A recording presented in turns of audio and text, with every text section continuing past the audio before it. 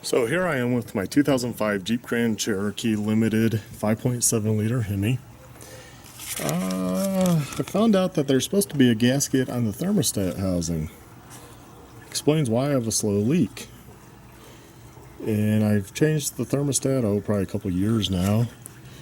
I always notice the coolant slightly goes down in this. A little quicker lately, but noticed when I had it briefly off to check things that it, there's a little crud on. I didn't know there was supposed to be a gasket, and I'm gonna do that. And I was at Autozone, and the guy goes, "Well, are you talking about the gasket?" I'm like, "Didn't know there was one." So it must have been like that from day one, because I've always lost a little coolant. I noticed it has gone down a little.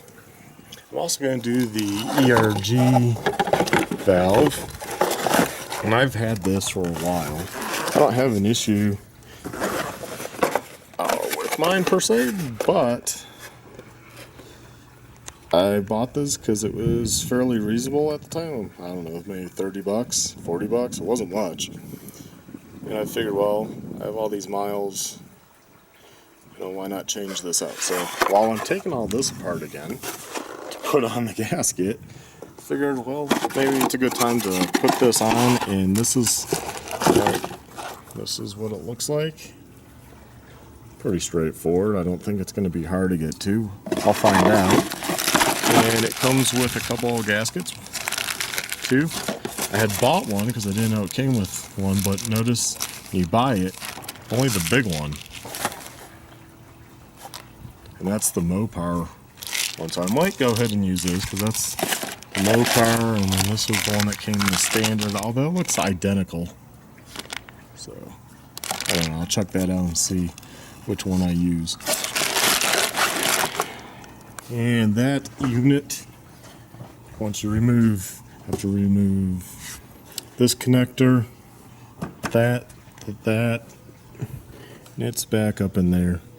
Oh, actually right down there.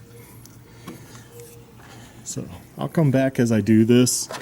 Mainly start, I need a big flathead for those, and an 8mm for that guy right there. And then this is hooked on with a post, so you kind of pull out and up, and also undo the breathing tube here, which just comes right off. So you can see I flipped up the air box. Now if you have a cold air intake, you won't have that. It's just plumb right in. I'll remove that piece. And you can see the unit right here. You can see the part I'm talking about for the coolant. It's that. That's where this gasket's supposed to go. So that explains a lot about that. And it doesn't look like that would be too hard, I don't think, to get to. There's 2 bolts there, and there's going to be 2 in the housing. So I'll see with some extensions if I can get in there and turn any of that off. Also, there's a sensor and plug at the bottom of this, so I just flipped it up. It's good enough. I will take this one off. It's always fun to get these out, but hey. Yeah, I do have to push something, pull something. Okay, that one's actually not that bad to get off. So we'll put that off to the side. And you can see the other bolt there. That's a copper pipe. And I'm sure that is pretty, it's been on there for 145,000 miles. You can see below that's the alternator. So hopefully I can get that off.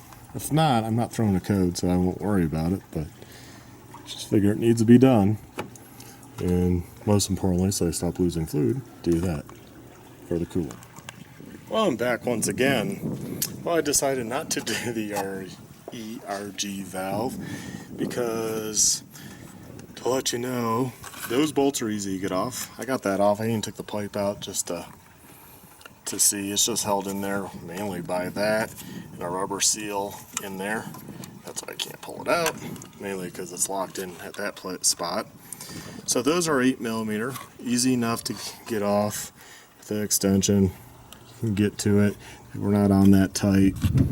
But the bottom ones, those are 10mm, and the top one you can get to with an extension, and just you can get your extension out to here or wherever, and you can move it.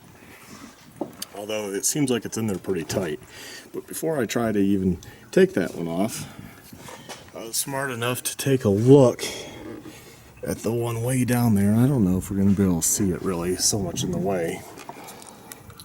But the one that's back up under there is actually behind this flange here, I'll call it, on the alternator. So I think the only way to really get to this is to pull the alternator.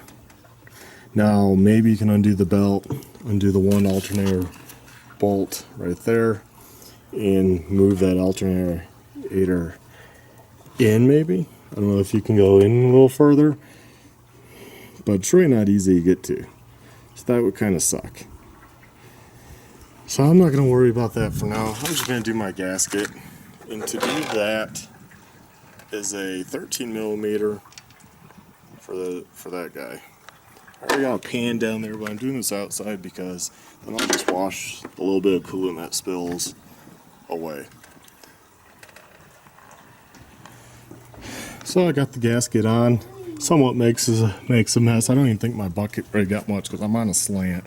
I won't be hosing off the driveway real good, diluting that coolant. But I got out the bigger wrench, the 13, got that off of the extension. A lot easier. To remove those helps if you have these, because then you can, I don't know if I can do this with one hand, but there you go. Like that, squeeze it.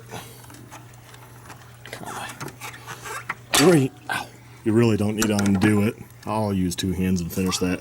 But that's pretty much it. Just put on that gasket. But also, this video also shows you that ERG valve is a little more pain in the butt. So, hey, if you need to do that, expect a bigger job. So, hey, thanks for watching. Please like, subscribe, and check out my other videos.